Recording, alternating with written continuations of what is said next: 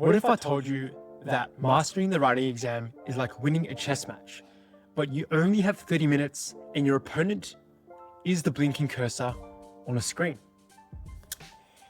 It's fast, it's digital, it's high stakes. Welcome to the New South Wales Selective School computer-based writing exam.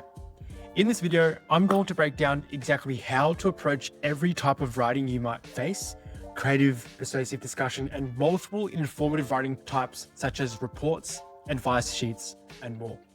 You'll get strategies, analogies, examples, and practical exam techniques to dominate the writing test. My name is Nelson Luo, and I'm the founder and principal of NL English Academy. I lead the NL English Academy team of specialists, reading and writing tutors to place hundreds of students into top New South Wales selective schools. I previously attended the #1 ranked selective high school, North Sydney Boys, and graduated within the top 2% of Australia. I'm on a mission to share free resources, guides, and exam strategies to the wider community of parents.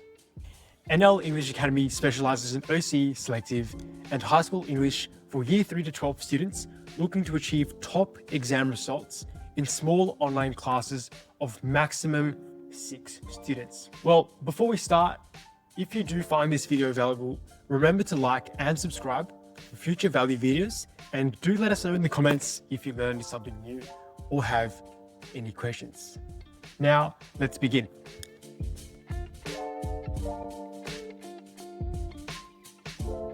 Part 1, overview of the selective writing exam. As of 2025, the New South Wales Selective Test is completely computer-based. No more pen and paper, just you, your ideas, and the keyboard.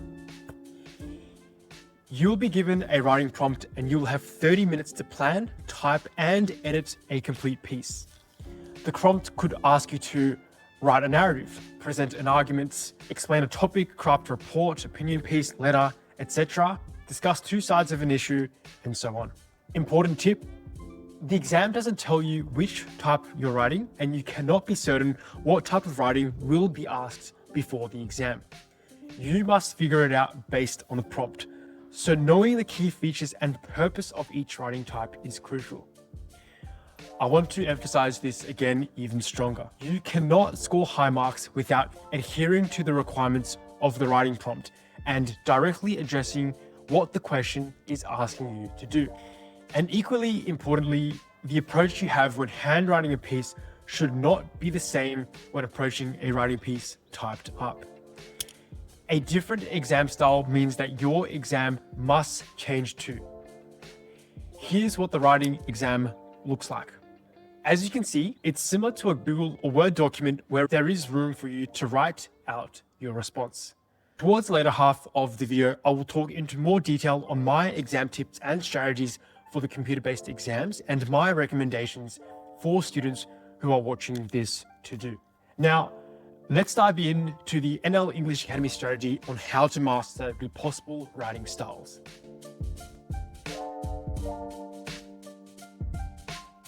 Part 2, creative writing. Imagine you're standing in a dark forest. The wind is howling, leaving goosebumps on your skin.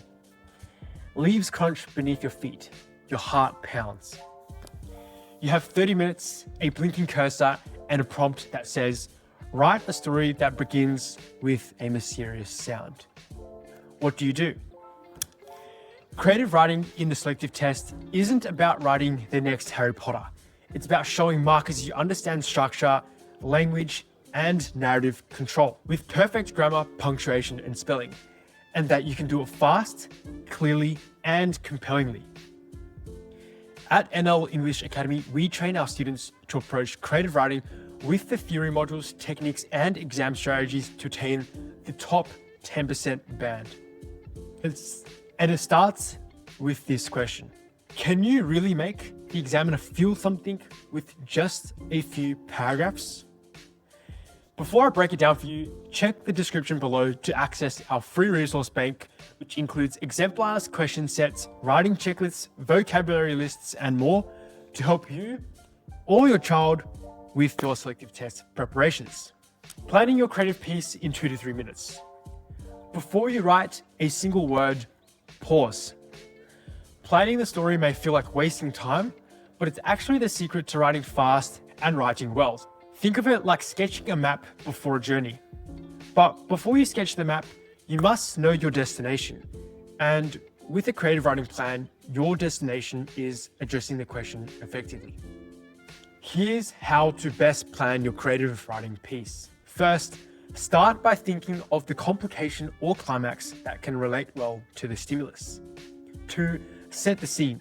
Where and when does your story begin? What's the mood? Got 2 to 3 keywords. For example, stormy forest, midnight, anxious. Number 3, one key moment. What twist, conflict, or discovery happens? This is your event. Just one. Don't overload. For example, hears a voice in the dark or finds a strange letter. And 4th, ending. How will your character change, or what will they realize? Will you return to a symbol or moment from the beginning? You can quickly write this as a dot point outline. Now, with this plan in place, your writing becomes sharper, your pacing tighter, and your story more meaningful. Remember, creative success isn't about making it up as you go. It's about showing control. Planning is how you earn that control. Macrostructure. At NL English Academy, our students follow a powerful cinematic structure that keeps the examiner hooked from the first line to the last. Here's the 6-part formula we teach for writing tight, compelling stories under time pressure. First, open with action. Start in media res, in the middle of the moment. This instantly hooks your reader. Avoid long introductions. Begin with a sound, a movement, or a decision. As a key tip, if the hook is very succinctal, you may want to write the hook on its own paragraph and start the next part of the opening in a new line. This structurally places more emphasis on the opening. Here's an example of that happening in one of NL English Academy's student scholars who scored into North City Boys, the #1 ranked Selective high school. Run, Sam shouted, but the shadows had already swallowed her. 2. Character and setting development. Now that we're hooked, zoom out slightly. Give the reader a sense of who the character is and where we are.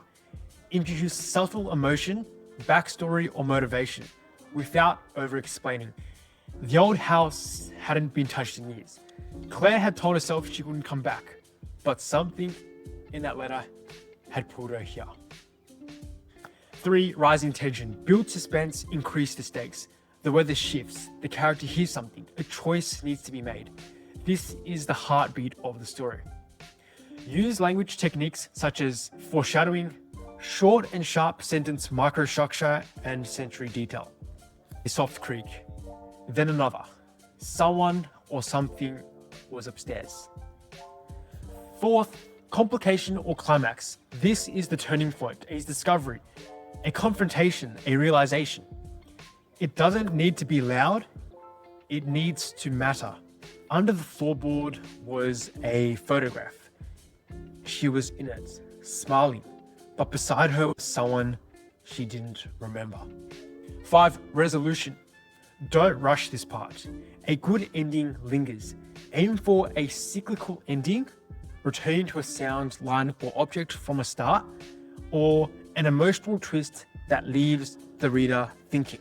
She left the house with the photo in her pocket, any truth she wasn't ready to tell. Tip: you should be separating each section of your story into separate body paragraphs to portray your structuring and make it easy for markers to see your creative macrostructure. And that's what makes the difference between an average story and an outstanding one. Control, pacing, and impact. Stylistic language techniques. Start strong. The first 2 to 3 lines are like a movie trailer. They either draw the readers in or lose them. Instead of writing, "I was walking in the forest," write, "The forest pressed in around me, thick with shadows. A low hum, like a heartbeat, echoed through the trees." Use the 5 senses, sight, sound, smell, taste, touch, to make the scenes feel real. At NL English Academy, we call this immersive description. Don't just describe the forest. Make us hear the creaking branches. Make us smell the damp moss. Make the air bite. Mini exercise for students watching. Pause and think, how does fear sound? How does curiosity feel? Imagine creative writing like a meal. Microstructural techniques are like the seasoning and spices to flare up the meal. Although the content of the food and the writing remains the same, it can be conveyed in various ways, stronger or weaker, depending on how well you use microstructural techniques. This is what sets top students apart. At NL English Academy, we drill advanced techniques like personification, metaphors, similes, symbolism, foreshadowing, motifs, and more. Remember, creative writing isn't just about what happens, it's about how you write it. And this is where NL English Academy students stand out at the micro level, mastering the rhythm, variation, and elegance of every sentence. Think of your writing like music. If every sentence sounds the same, the reader tunes out. But if you vary the tempo, shift the rhythm, and layer your language, you create tension, beauty, and voice. Here's how. 1. Varied sentence length. Don't write in one rhythm. Mix short, sharp fragments with longer, descriptive lines. She froze. The wind screamed. Leaves rose in wind spirals as something moved in the darkness. Then it had been exactly 2 years, 7 months, and 16 days since she last heard his voice. But tonight, it echoed again. Short equals tension, long equals reflection. Use them strategically. 2. Tricolon, or the rule of 3. Tricolon is where you group 3 elements in a list or series. It adds rhythm, finality, and power. He ran from the shadows, from the silence, from himself. It was broken, battered, and forgotten. It feels complete and memorable. In storytelling, 3 is a magic number. Number 3, anaphora, repetition at the start. This is where you repeat a word or phrase at the start of successive clauses or sentences. It builds emphasis and momentum. She waited in the morning. She waited through the storm. She waited long after hope had faded. It's hypnotic, emotional, perfect for high impact moments in your story. 4. Anadiplosis, repetition at the end and start. One sentence ends with a word, the next begins with it. He feared the silence that revealed too much. Or she had a secret that could destroy everything. This creates flow and psychological depth. 5. Strategic fragmentation. Breaking grammar rules can be powerful when done purposefully. No lights, no sound, just breath, just fear. These fragments harden tension, especially in climactic or emotional moments, but use them sparingly. They're most effective when surrounded by fuller sentences. Advanced writers at NL English Academy weave these techniques naturally, using them to create mood, pace, and tone without sounding forced or mechanical. But remember, variety creates voice, and voice is what makes your writing stand out in a sea of predictable stories. So next time, ask yourself, do my sentences sing or do they sound all the same? Because at the micro level, every sentence is a choice. Final tip, after writing, leave 2 to 3 minutes to edit. Cut repetition, fix spelling, sharpen weak verbs into powerful ones. Walk slowly becomes crept. Looked becomes glared. Because in the end, the best stories in the selective test aren't the longest. They're the most controlled. They're the ones that use every word with intention. Think, if my story were a movie scene, would I want to watch it? Part 3, persuasive writing. Imagine walking into a courtroom. You stand up, look the jury in the eye, and deliver your first line. Social media is poisoning the minds of the next generation. Every sentence after that must be tight, logical, persuasive. That's exactly how you should approach persuasive writing in the New South Wales Selective School Test. You're not writing a rant, you're writing a case. And the examiner, they're your jury. Let's break down how to craft a compelling argument quickly and clearly. Step 1, understand the purpose. Persuasive writing is about influencing the reader's opinion. The prompt will present a statement or question like, should students have homework every night? You must take a stance, yes or no, not maybe, not in some cases. Pick a side and stick with it all the way through. NL English Academy students are trained to write in a formal, assertive tone with clear reasoning. That means no slang, no I think, and no emotional outbursts. Just smart, structured persuasion. We use the PEEL format to give each paragraph purpose. Point, state your argument clearly. Evidence, provide a reason, fact, or example. Explanation, show how your evidence supports your point. And link, wrap up and connect to your stance. For example, point, students should not receive homework every night. Evidence, according to a 2023 New South Wales study, excess homework leads to an increased stress and poor sleep. 3. Explanation. This proves that constant academic pressure can damage a student's mental health, outweighing any learning benefit. And the link, therefore, nightly homework is unnecessary. The example I gave was a very, very simple example of the PEEL in action. What I want you to take away from this is that each paragraph should argue a separate point.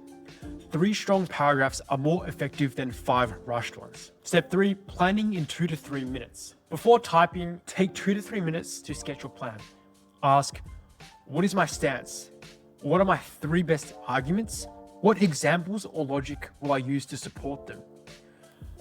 Write a brief outline like this. Introduction, clear stance, signposting the arguments. Paragraph 1, argument 1, the PEEL. Paragraph 2, argument 2, the PEEL. Paragraph 3, argument 3, the PEEL. And conclusion. Restate your position with a powerful final sentence. Planning saves you from going off topic and repeating yourself. It's like drawing a map before a road trip. You'll get there faster and more confidently. Step 4, style and language. Top persuasive writing is formal, use third person and precise language. Concise, cut the filler, don't write, in my personal opinion, I strongly believe, just state it. 3, assertive. Avoid weak verbs like might, could, say will, must, or should. Rhetorical. Ask thoughtful rhetorical questions to engage your reader. Are we really prioritizing education if we ignore student well-being? NL English Academy students also weave in logical connectives, emotive language, high-level vocabulary, and the occasional personal anecdotes where applicable to stand out from the rest. Final tip. Always end with a strong, punchy conclusion. No new ideas, just restate your position and leave the examiner thinking. In a world where children are already overwhelmed, nightly homework is not the answer. We must choose balance over burnout. Ask yourself, would this convince a stranger who disagrees with me? If the answer is yes, you're on the right track.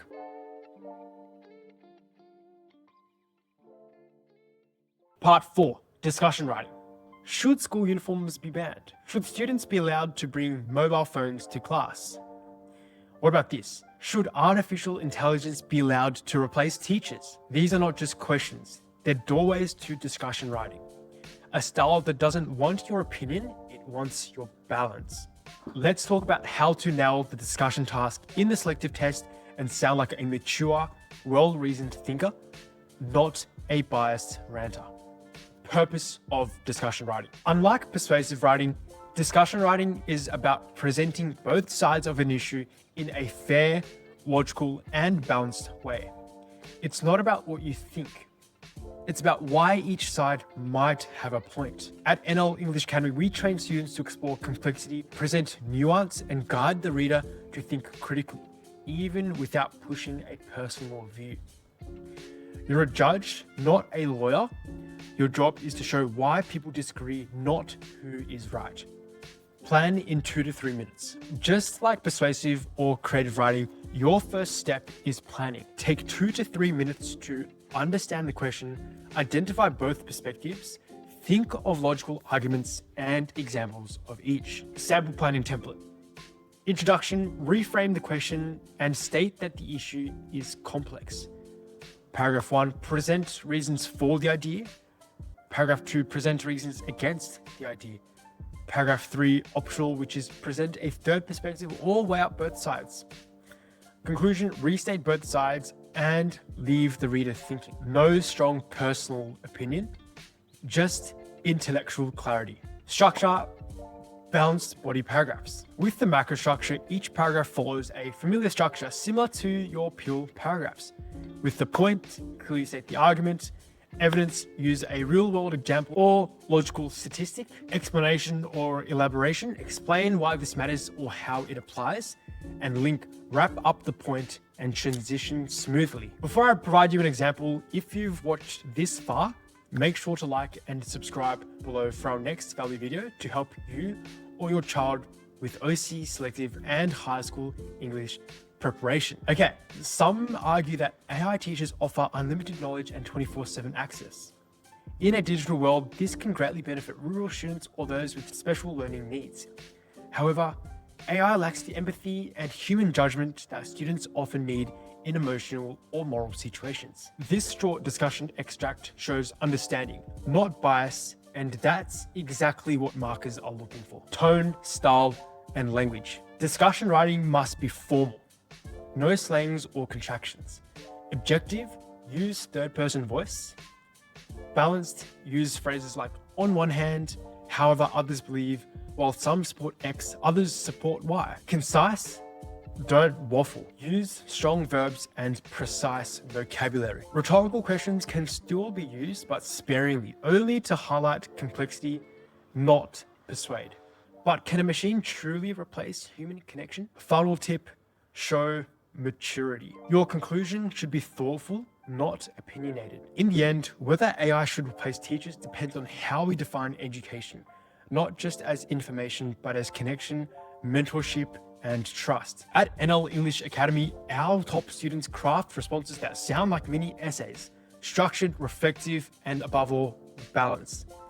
That's how they score top marks in discussion writing. But remember, if persuasive writing is about winning, then discussion writing is about understanding. And understanding is what truly separates good writers from great thinkers.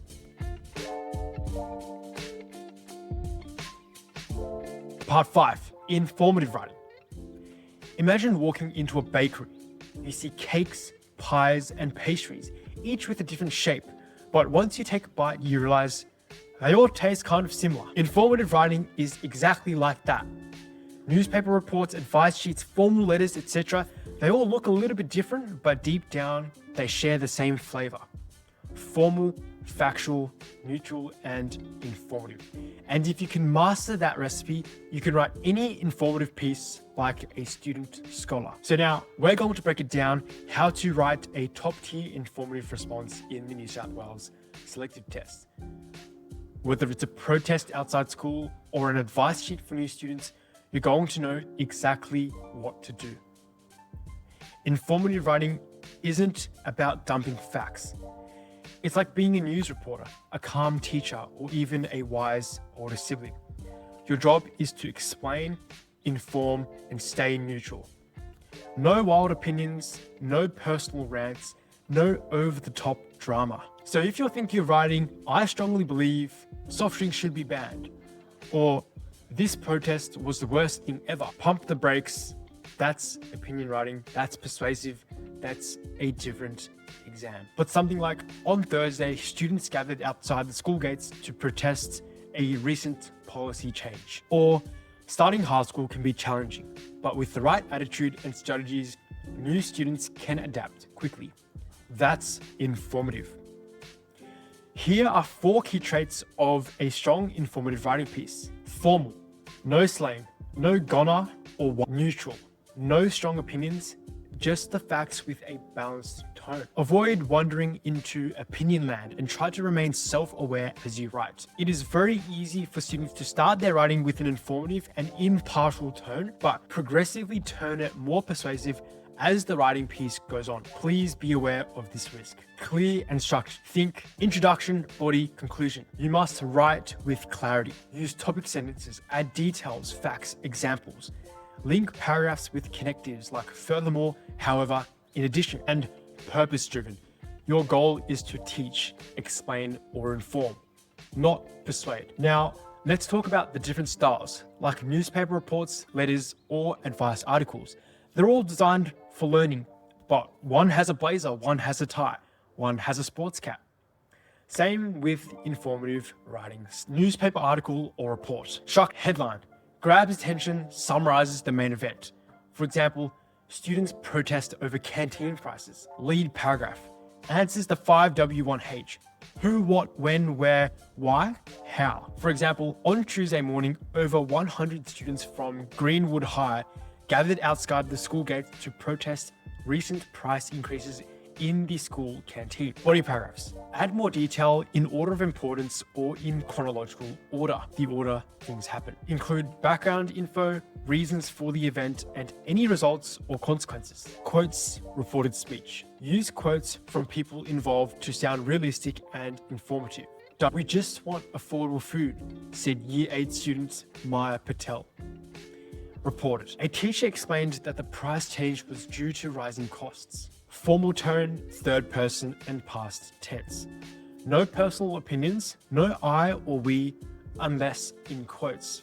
Stick to the facts and keep the tone neutral. Formal letter. Structure. First, greeting / salutation. Dear sir / madam, if unknown. Dear principal, dear year 7 students, etc. if known. Introduction. Clearly state why you're writing. For example, I am writing to inform you about the recent changes to our school's recycling policy. Body paragraphs. Present your information or explanation clearly and formally. Break up different ideas into paragraphs. Stay neutral and factual. You're informing, not persuading. Closing sign off. For example, yours sincerely or yours faithfully, followed by your full name. Tip. Avoid contractions. Use do not instead of don't. Avoid slang or emotional language. You're writing like a professional, even if you're a student. Advice sheet or guide. Structure. First, title or heading. It must be clear and direct. For example, how to make friends in a new school. Second, introductory paragraph. Briefly explain the purpose of the advice sheet or the guide. For example, starting in a new school can be both exciting and nerve-wracking. This guide will give you practical tips on settling in smoothly. 3. Subheadings plus body. You may want to use subheadings to organize your tips. Be open and friendly. Join clubs and groups. Ask for help when you need it. Each section could give clear, helpful advice in full sentences. Use imperative verbs. Try to, remember to, or second person. You might want to ... Still keep formal, but slightly more friendly than a report or a letter. Conclusion. Finish with an encouraging, informative final line.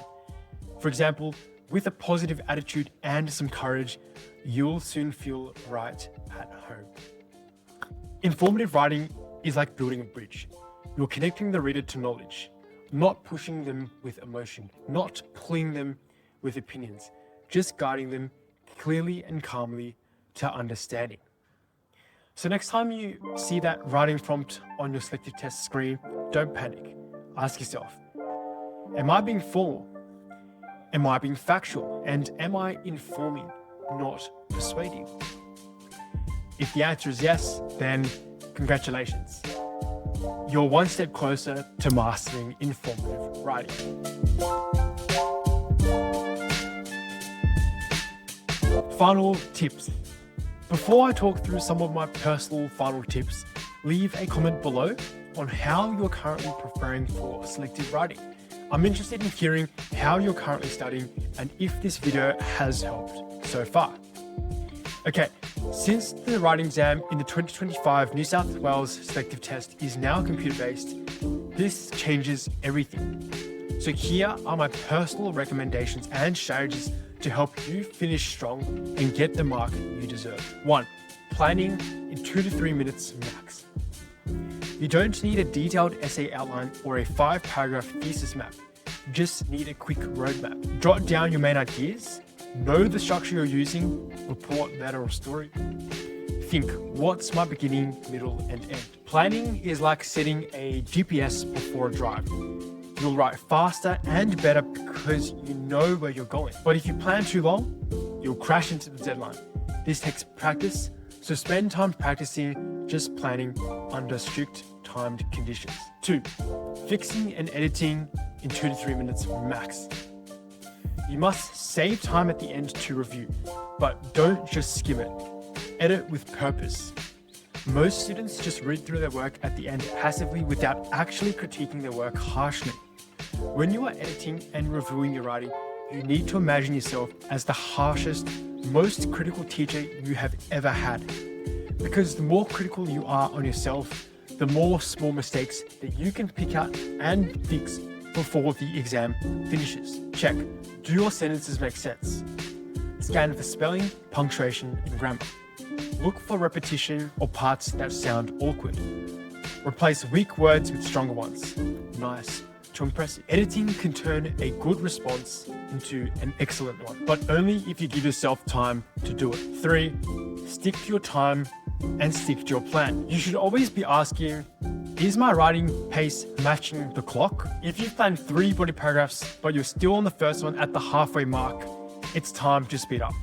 Adjust and move on. Don't obsess over one perfect paragraph and run out of time for the rest.